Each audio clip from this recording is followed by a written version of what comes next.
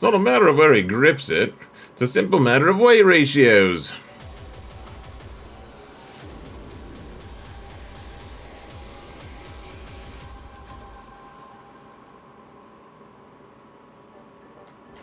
Hello everyone, and welcome to another episode of Xerath Prevails. Today we're going to talk about Relic 8, and what the order is you should relic them, and actually just generalized strategy of which characters benefit from Relic 8 the most, and there's not a particular order even.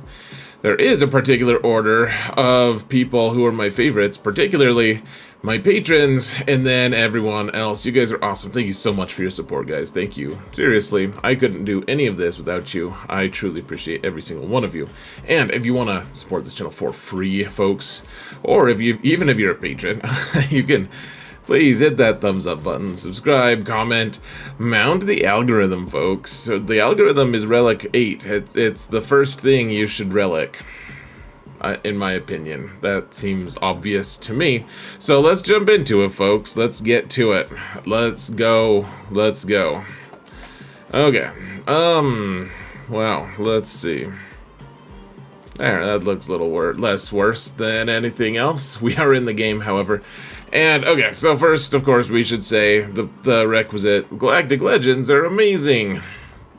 You should Relic 8 them. There's a lot of reasons to do Relic 8 for them, and there's specifically a reason for all of them. They all have the Galactic Legend Zeta. If you throw it on there, they all get extra health and protection per Relic level. It seems like a no-brainer to me. Some people want to question that. They want to go to level Relic 7. I'll just have to say that the amount of mastery that they're getting, the amount of stats that they're getting for each Relic level is probably worth getting them all the way up to Relic 8 at least. Jedi Master Kenobi can usually be one step lower than everyone else for whatever reason. That seems to be the accepted convention, and we don't want to question things that are accepted, conventions or otherwise. So there's new characters that are coming out, folks. I'm sure that Relic 9 on them will be perfectly acceptable immediately. And in fact, I don't care. Just don't. We're not talking about all these new characters, guys. The new Fangleds are just not going to be part of this video. I'm sorry. I am sure that they are lovely characters, or at least they have great personalities, and that's what matters, right? Great personality. They're funny, okay? But good for them. Now, a lot of people are putting Relic 8s on the frogs. Feel free if you want to do that. The frogs seem like a really good team, actually, folks. Now that they don't have their Datacron, the question has been, are they still going to be good? At least in 3v3, they've been very strong. And I thought that was going to be kind of their weak spot. They are weaker than when they had their assigned Datacron, but they do seem like a pretty good squad. I would just say, for right now, and this is for people who just want to watch the video with the sound on, I don't necessarily think the Gungans all need to be Relic 8. I think that that's a great goal for people who have everything done already, kind of, and are caught up, and want to do the raid, and have an easy time doing the raid. That's fine if you want to do that. Congratulations. Yay for you. All of that stuff. I don't think that they necessarily need Relic 8 just by the merits of their kits and everything. I mean, Jar Jar has a reason to be Relic 9 and all that. We've talked about Relic 9 stuff, but anyways, there's reasons if you want to, but you don't really have to. Seems like 7-ish would be fine for the frogs. Of course, you guys know I don't like the frogs, just in general, because they just kind of piss me off, but I like their society, I suppose. They seem like nice people. They're funny too. Good personalities. Just kidding. Okay, and then of course we have Qui-Gon and Obi-Wan. We've talked about them forever. I like them at 9 because you get cool rewards at Relic 9 for the Assault Battle, and they do seem like they're going to age fairly well. We don't really know for sure, but they kind of go in their own category because they're also good with the raid. If I had to recommend 2 teams to get up to Relic 8 or higher, I would recommend probably the guns and the the Qui-Gon team. I don't even have my own Queen Amidala up to 9, though. I just use it at Relic 8, and it's good enough. So, let's get into the actual characters here, folks. Hold on a sec. Whoa, we made him a little smaller. Alright, guys. A lot of the... I made this list, what, 5 months ago? Something like that. And, first off, all of the characters on all of the lists are... there's no real particular order. Whatever's best for your account. I'm just going to give you the reasons you want to do this. And a lot of times, there's going to be a specific, archetype of character that you're like, oh, well, this is the reason you want Relic 8 on him. This is the reason you want, whatever. And, one of them's going to be a stat-hungry profile that really wants tons of stats, because that's one of the things you get from lots of relics. And so Maul is one of those characters. He does more damage based off of how much health he has. He does more damage based off how much offense he has, and he also wouldn't mind some speed sometimes, depending on what you're doing. There's lots of... He wants a lot of stuff, and we've talked about it forever on this server. This channel, whatever it's called. We've talked about it a lot. He does a lot of damage, and he wants a lot of stats, so give him Relic 8 or something, or else. He's a good target for that. A lot of these characters are starting to age a little bit. Like, he's got so many teams he can go with. He hasn't really aged, per se. It's just... What team does he even go on? His identity is less and less certain these days. Darth Bane is one of those characters that I think should be Relic 8 for most accounts, and in fact I did that for even my smaller account, because he's asked to lift a whole lot. Guys, I'm of the opinion that CG has gone in and stealth nerfed him. And, this is my one conspiracy theory that I think, is it true? Who really knows? But I do think that when he was first released, he was ridiculously overpowered, taking on all kinds of amazing things. And then they gave him his Kron, and he was even more ridiculously overpowered. And then when he got off of his Datacron, he was still good-ish, but he just died to so much more stuff. It was kind of embarrassing. And so he still has to lift quite a bit, though. And going from Relic, I don't know what you have him at, 7 to 8, even that little step, that's why you want to boost him up. He's a guy who ramps quite a bit. So he's talked about stat hungry. He's not as stat hungry as others, but he is one of those guys who really benefits from having a lot of health, and he ramps his damage quite a bit, so it's nice to have a nicer starting amount of damage.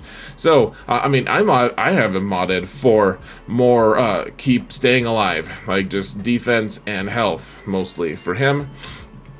Because he ramps damage, it's nice to get a boost in damage, of course, from his Relic levels. And Relic 8, going from 7 to 8 is usually the biggest boost is going to be, like, that's the fighter, that's the attacker level. Like, Relic 9, you benefit from lots of, you get more mastery, you get more of everything, but the tanks really benefit to going from 8 to 9. But this is a video about Relic 8, and he's a character who is an attacker. He's gonna benefit from more survivability, of course he is, but then if you've modded him for attacking, or for defending and staying alive, it's nice to have that extra boost in offense as well. And so maybe he really is stat hungry. Maybe he wants to stay alive and he wants to hit hard, and he's only one man, because eventually his friend dies. And he's a skeleton too, guys, if you didn't know. That's what a skeleton looks like, apparently. Congratulations, Bane, for being skeleton-ish. It's a pretty interesting lightsaber thingy that you've got there, though. Okay, Red Trooper. Red Trooper is an interesting one, folks. There's a couple reasons for him. First off, you want to have full mods on him, but this is from I don't think I've remodded yet from the raid. So there's a perfectly solid explanation for this. Here's the thing, folks. He's assisting all the time. He's constantly just pew pew pewing whenever someone hits, whenever someone dies. He's just going absolutely nuts, and it's kind of nice to have him at Relic 8 because he doesn't hit lightly. It's not your sister hitting. It's your annoying, obnoxious little brother who's suddenly way older than you remember him being, and he's actually hitting fairly hard. So he's pretty good. He hits hard. And even if he also goes with Sith as well, like he has his First Order, but he can go with Sith. It's kind of an outdated, like, if there were fewer characters in the game, this would be more relevant. But, you know, I've seen him on a few pretty decent Sith teams, and he's just, I don't know, he's kind of... He's kind of taking a step back here. The other reason you want to do this, folks, and this is always a focus for me, even though I don't like fleets, the reason I concentrate on fleets so much, at least on my main account, and more on my smaller account, is fleets annoy me to the point that I want the most overpowered combinations possible, and his Dorito TIE Fighter is honestly a really key piece to that Leviathan fleet, and you kind of want him to be super resilient and be able to do a lot of cool stuff. And remember, every relic level, all the boosts you give to your pilots manifest themselves in all of the stats for that ship. And so if I throw this mod on, it's going to then look, the stats on the ship isn't going to just be like, oh, look at that, the triangle gave some protection, I'm going to give some protection to the dagger. That's not how it works. It's going to give protection and health and offense and everything to that TIE fighter, swagger, all of those things. So anyways, he's one of those characters. Honestly, I don't know why he's so high on this list. He wouldn't be like oh my gosh, get him to 8, what are you thinking? He would be one of those guys who it's like, well, I guess just wait a little bit. I don't know. Do you, man. It is a lovely shade of red, you have to admit. I don't know how the Emperor got so many of these guys recruited without anyone knowing about it, though. I do question that. Royal Guard. Speaking of the Emperor, we call him the Emperor in the Zareth household. My children called him that when they were little, and it's just a very cute way to call him. But this is the Royal Guard, and he's... Look, guys, if you're using Lord Vader and you're going to use Royal Guard, which typically you do want Royal Guard with Lord Vader, Royal Guard is still very strong. This is something that I fight against so much with people. Like, I see people with really low relic Royal Guards, and look, there's a ton of ways to kill Lord Vader without using a Galactic Legend, and they are all made significantly more difficult by a really thick, really well-modded Royal Guard. So, go work on your Royal Guards, folks. It seriously is a really huge boost to yourself. I mean, obviously, I haven't worked the most hard on him. I don't remember all of these mods being so low level, I guess, but lots of health for him. Of course, we've done videos on why you want health on him, even though protection is the thing that Lord Vader turns into health and all that. There are reasons that we're not going to get into, but look, guys, Lord Vader's not at the pinnacle anymore. Like, for a while, Lord Vader was the lowest, and everyone called him terrible names. Just terrible names. Sorry, too many frogs in my life these days, but terrible names to Lord Vader, Lord Failure, all of that stuff. And then Datacrons came out and elevated Lord Vader to the point where he was the strongest Galactic Legend. And now it seems like he is a significantly lower level again because of all the Datacrons that have been coming out and the new characters and teams that have been released. So I'm not saying that Royal Guard needs the most crazy priority, because Lord Vader is kind of got a lower priority as well, and he's still the most expensive Galactic Legend. At least, I think he's more expensive than Leia. Anyways, he's very pricey. He's a pricey fellow, and Royal Guard, he protects that pricey fellow pretty well as he knows how. He's just here for a paycheck, though, folks. Like, he's just trying to earn money for his own children, who call his boss the Emperor as well. Okay, Dr. Aphra. She's one of those. Okay, so she's a luxury character. First off, don't get it twisted. Like, yes, she's pretty good. She's okay. She counters some stuff. All right, she does well enough. But she's not required for anything. Her requirements aren't required for anything except for unlocking her. But if you have her and you want to use her a lot to counter tough things, you want her to be survivable, and she already wants all the potency ever for different reasons. She also just wants to survive. She wants to live as long as possible. And by adding relic levels to her up to 8 or higher, probably don't want to go much higher than 8 because I don't think her usefulness is really goes up to relic 9 unless you're rich, in which case just relic 9 everything. But she does a lot better if she's alive. Obviously, she's the only person on her team that doesn't get revived. Like it's such a sad, lonely existence. It's like she will revive everyone who's on her team, and they'll be like, yeah, obviously you better revive me, stupid. And then she's like, well, what about me? Will you revive me? And they're like, no, we wouldn't do that. We hate your goggles. So it's a sad little existence for Ms. Aphra, but keep her alive because she doesn't get revived, I guess. And maybe now she's a mercenary, so maybe that will be good for everyone. All right, let's go to the next. All right, General Skywalker, stat hungriest character in the whole world. Because he's the focal point. He's the tank. And then he stands up, and he kneels for a while. His friends take some hits while he's just like straightening his hair, and then he stands up and he takes more hits, and it's great. He's the focal point. You need him because he does more damage than anyone. He ramps quite a bit of damage. He also wants to take a lot of damage. Because think of how many characters do you have to kill multiple times before you kill the whole team? I mean, besides like Nice Sister Zombie, maybe something like that. You have to go through his protection stacks over and over and over again, potentially. And, making him tougher to get through is a really great way to make your opponent just be really sad. And that's what we're here for, folks. Making our opponents be really sad. And so, but he still wants to hit hard, and he still wants to put daze on everyone with his AoE. And so he wants all the stats.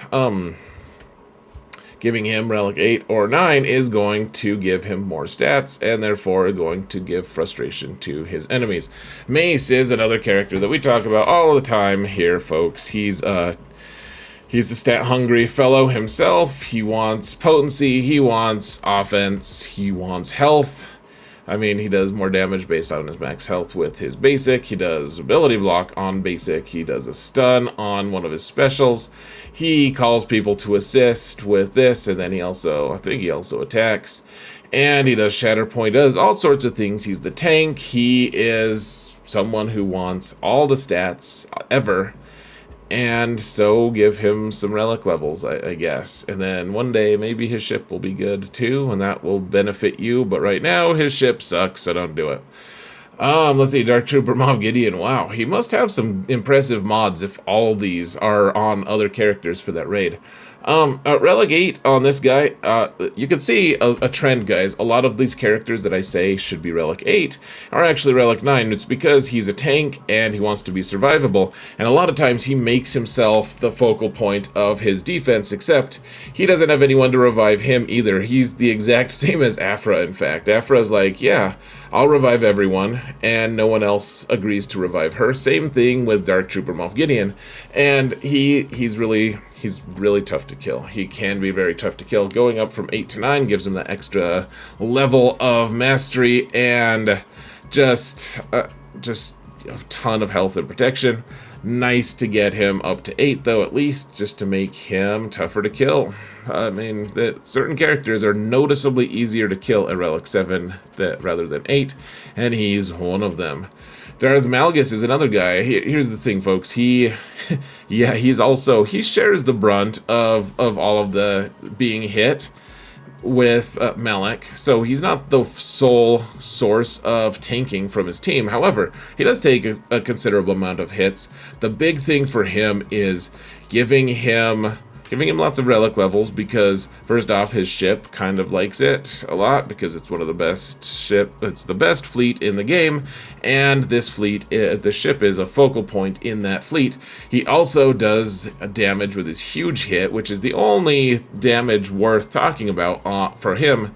He does damage based off of his max health, and max health is something that increases a lot as you increase his relic levels. So, as you increase his damage, not to mention, it's compounded a little bit by the fact that he also gains 20% of his max health stacking every time, and so his health, whereas his health is already a big number, once you get in 10 pokes with his lightsaber, it doubles, basically, and therefore his big hit is also going to get a whole lot bigger as well. So lots and lots and lots of health is what he wants. Maybe a little bit of speed, but mostly health. Krrsantan is one of those characters that, if you want Jabba, Jabba lately has had a few different teams that are going to be able to take him out. I wouldn't be surprised if they release some kind of Bib Fortuna character in Conquest at some time soon in the future. I don't know if that's going to be... I don't know. It seems like Jabba seems to have more and more holes in his ability to defend himself. Like, people are just using Night Sisters all the time on Jabba now. And whereas that's not maybe the most consistent, it's still a little bit frustrating. However, Krrsantan, if you want your Jabba team to be tough, you want him to be able to survive a lot, and going up to Relic 8 or 9 is, in my opinion, very warranted and completely worthwhile. Not to mention, having Krrsantan available to help Jabba on the later nodes in Rise of the Empire is also nice, though obviously also kind of luxury as well. Just make him survivable, give him more relic levels, and move right along. Malicos is a guy who is he's straight up attacker. He wants to do a lot of damage. He's got a lot of cool utility and wants to survive a little bit. And Nest has just been absolutely ruining my Malicos because she's bugged and she's not a nice person anyways. If you watch her in that Marvel series with the Captain America and stuff, it's the Winter Soldier show. I don't remember. Falcon and the Winter Soldier. There we go. She's not a nice person. She's kind of a terrorist, and that's what she does to Malicos currently with her current Datacron. But that'll stop hopefully soon, and Malicos will continue to be the guy who destroys everyone. He does an immense amount of damage, folks. And when I had 3 accounts, now I only have 2, but when I had 3, all 3 of them had all 3 Omicrons and Relic 8 on Malicos, even at the lowest level, because if you want to use him to do the things he's capable of, you need to get him high relics so that he can actually take a big bite out of something when he throws his rocks. You don't want to be throwing pebbles. You want them to be friggin' boulders. Ben Solo is a guy who's also kind of stat hungry. I mean, he wants some health, he wants all that stuff. What he really wants, though, is tons of offense, guys. He does an enormous amount of damage. People don't give him enough credit. When he finally does connect, which a lot of times people know enough to keep him stunned, keep him controlled, keep him from being able to do stuff. If he can affect the match, though, he dispels everything in one fell swoop, puts an armor shred, and does a crazy amount of damage under protection. Sometimes one-shots people. It is completely amazing. See how he just did a little bow? It's because of how much damage he does. He's an impressive fellow if you mod him right, and putting relic levels on him is one way to help him get there. I mean, he does special damage, and get his damage up over 17,000, folks. It's special. Bo-Katan Mand'alor, she is the focal point of your offense almost all the time, and she wants, first off, she loves to have a lot of defense and be able to just be really tanky so that she takes hits, but then also she's constantly being summoned to assist and hit people and destroy people, and she ignores taunts sometimes if you have the Omicron. If not, then you have to destroy that annoying Royal Guard that your opponent has put to Relic 8 because he watched my video. Bo-Katan wants to be able to counter that, and giving her Relic 8 is a great way to do that. She is a great reason to get to Relic 8. Not to mention she's pretty good in Rise of the Empire and all of her missions. I wouldn't recommend Relic 9 for her Rise of the Empire mission because you're not getting anything other than a few points, and usually your guild can strong arm its way to 3 stars or 1 star, whatever, on Mand'alor. Tier 3 of rewards, anyways, just by deploying. So I wouldn't recommend Relic 9. Relic 8 is a nice place to be because you don't want to fail that crate dragon, and it's nice to have a little boost of offense, guys. She does a lot of damage. She carries a very wide load on her shoulders because she can kill Galactic Legends as well, and not just Lord Vader.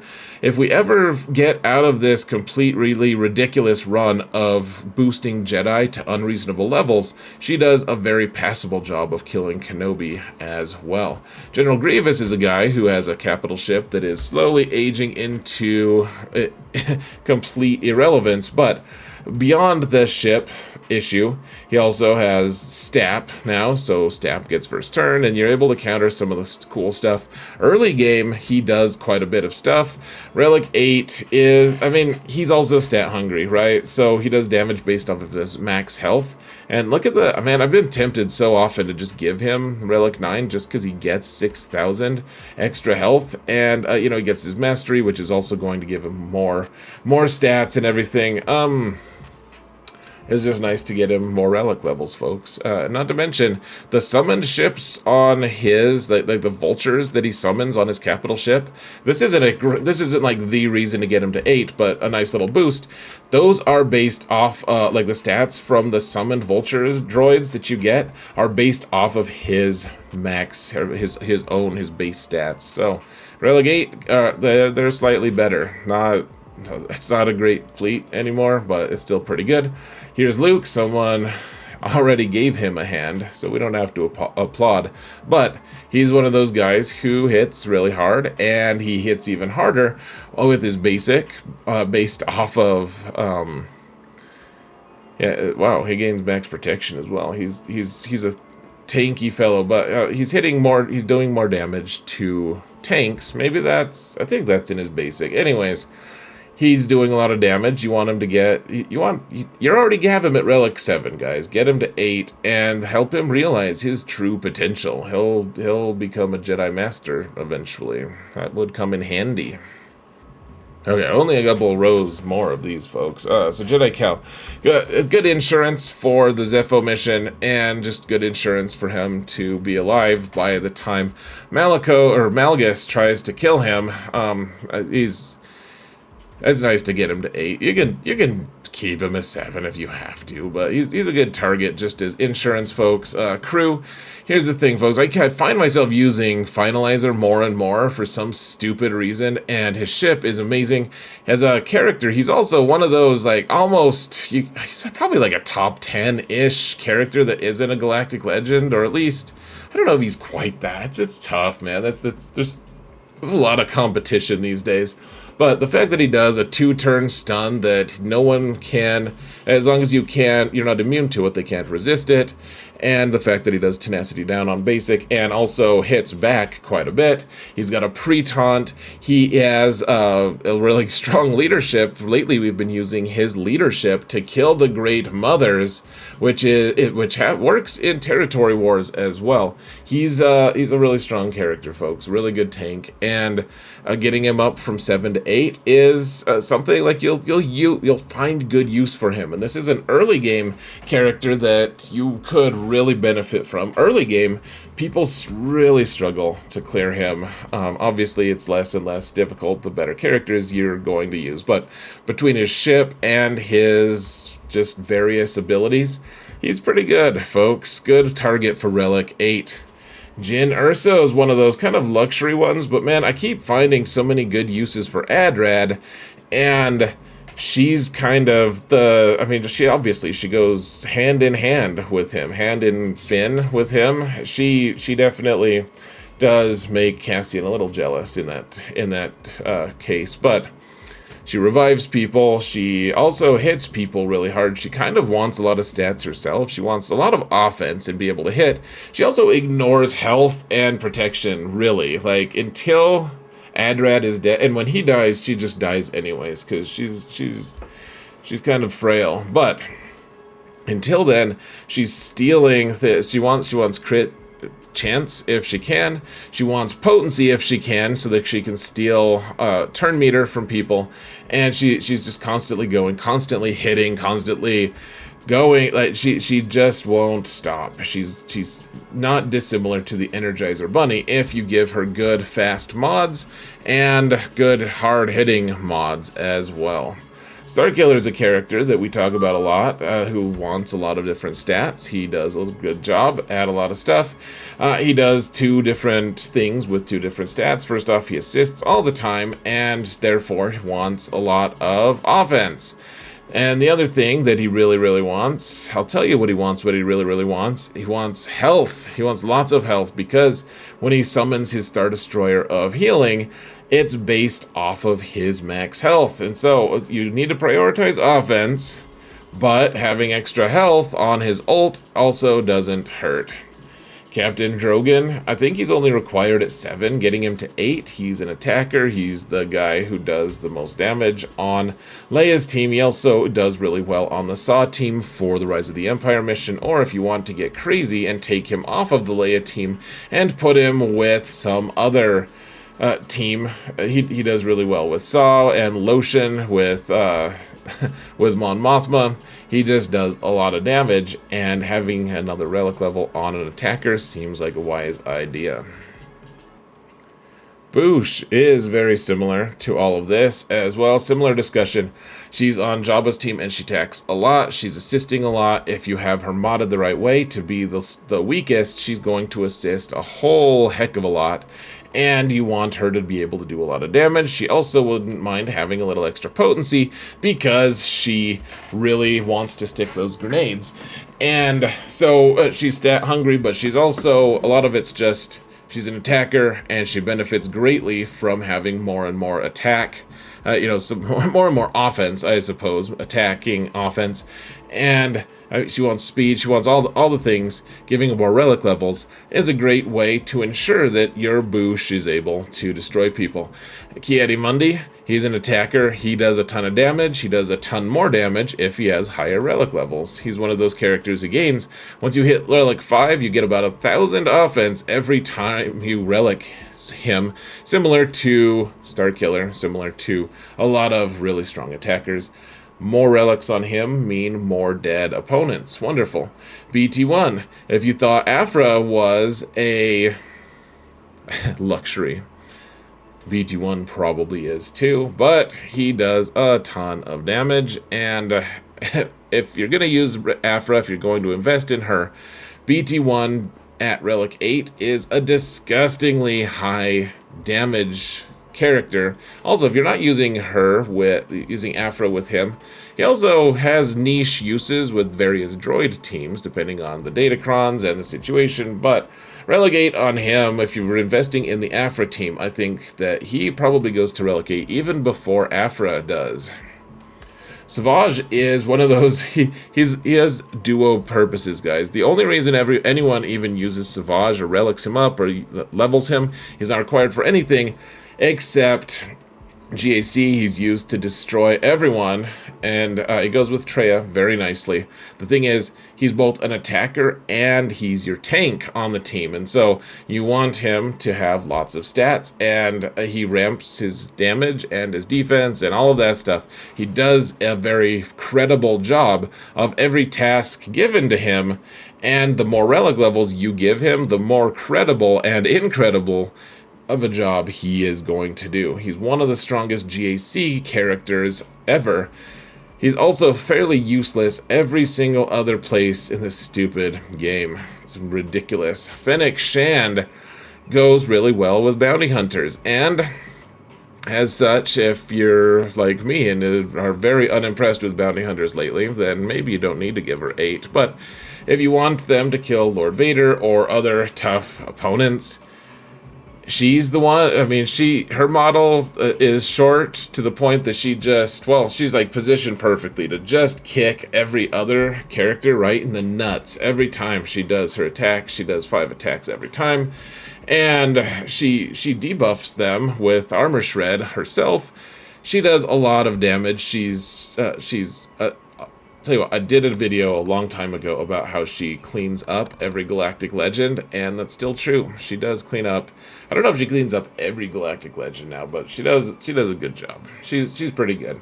If you really want to invest in whatever nonsense the Bounty Hunter team is capable of, you don't want to leave her out of things. Alright, let's speed around this, guys. Dark Trooper. He gets an immense amount of offense every single time you give him a Relic level. Relic 8 is warranted. Saw Gerrera. He facilitates his team, but if he dies, because he can be fairly squishy, he is also going to make his team lose immediately if he dies. So you want to give him lots of survivability, if at all possible, and he has a lot of stats that kind of go hand in hand with the things he gets for his Relic levels, so not too bad. Relic 8, not to mention, it would probably make your Rise of the Empire battles a little bit easier. Reva, if you have her, I mean, she's a tank. She's a tank that doesn't get the Relic 9 boost for tanks. It's pretty dumb.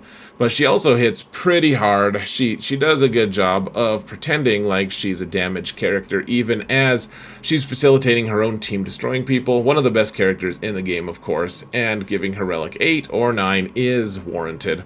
Same with all the Inquisitors, for that matter, folks. Commander Luke is a character I had to Relic 9 for platoons in Rise of the Empire, but he is a character that has his stats taken away from him and distributed to everyone. It's more like a copy-paste, because they're not stolen from him exactly, but it's Chupio grabs his stats, hands them out to everyone, and the higher the stats he has, the higher the stats everyone on the team has.